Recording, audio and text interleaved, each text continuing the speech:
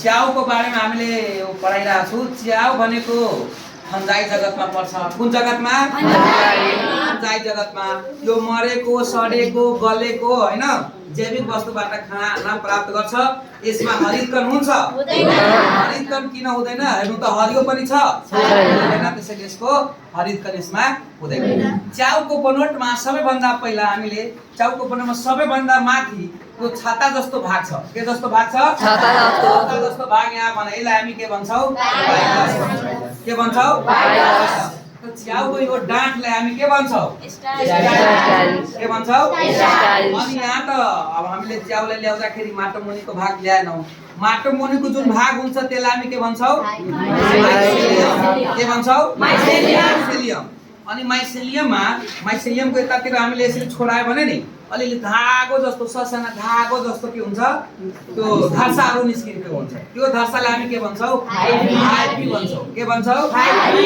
अब यहाँनिर मैले धर्सा यसरी बनाएको छु। कहाँ हुन्छ यो? माटो मुनि। के हुन्छ? भेजिटेटिभ प्रोसेस हुन्छ यसको। भेजिटेटिभ हुन्छ नि। माथि चाहिँ फ्रुटिङ बडी हुन्छ। जमिन माथिको भागलाई तलको भागलाई रिप्रोडक्टिभ पार्ट भन्ने भन्छौँ हैन। यहाँ त माइसेलियम र फ्रुटिङ बडी दुई भाग हुन्छ हुँदैन? माथिको भागलाई हामी के भन्छौँ? जमिन माथिको भागलाई फ्रुटिङ बडी भन्छौँ। कुन बडी? अनि हामी माथिको भागलाई खाना पनि प्रयोग गर्छौँ कि गर्दैनौँ? च्याउमा धेरै पोषक तत्त्वहरू हुन्छ। यसले खाँदा हामीले शरीरलाई धेरै फाइदा गर्छ। कोलेस्ट्रोल, क्यान्सर जस्ता रोगहरूमा पनि एकदम यो उपयोगी हुन्छ। त्यसैले यो हामीले खानुपर्छ। हप्ताको कम्तीमा एक दिन चाहिँ च्याउको तरकारी बनाएर खाने गऱ्यो भने स्वास्थ्यको लागि एकदम राम्रो। अब यहाँ हेर्नु त हाइफी हामीले बुझिसक्यौँ। त्यसपछि स्टाइल। अनि माटो मुनिको भागलाई हामी के भन्छौँ त? माइसेलियम। माइसेलियमको ससाना धागो भाग त्यसलाई के भन्छौँ? अनि सबैभन्दा इम्पोर्टेन्ट चिज च्याउको प्रजनन कसरी हुन्छ त सुन्नुस्। यो माथिको भागलाई हामी के भन्यौ? के भन्यौ? पाइलसको यतातिर भित्र भागमा ससाना दाना जस्तै रेसा जस्तो छ भाग। हेर्नु त यहाँ छ। राम्रोसँग हेर्नु त यहाँ छ। यो भागमा मजाले रेसाहरू छ। यसलाई हामी के भन्छौँ?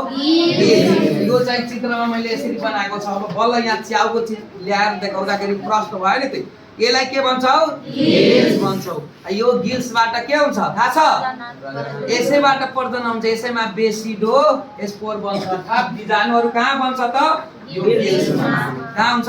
यो गिल्स पनि तीन प्रकारको हुन्छ। ड्रामा, सब हाइमेनियम, हाइमेनियम। कति प्रकारको?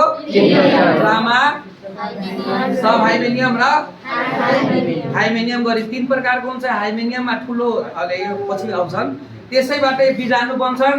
अनि बीजाणु बनेपछि यो बीजाणु फेरि अर्को च्याउ उत्पादन गर्नमा के गर्छ त? मद्दत गर्छ। हस्, आजलाई यति गरे। धन्यवाद।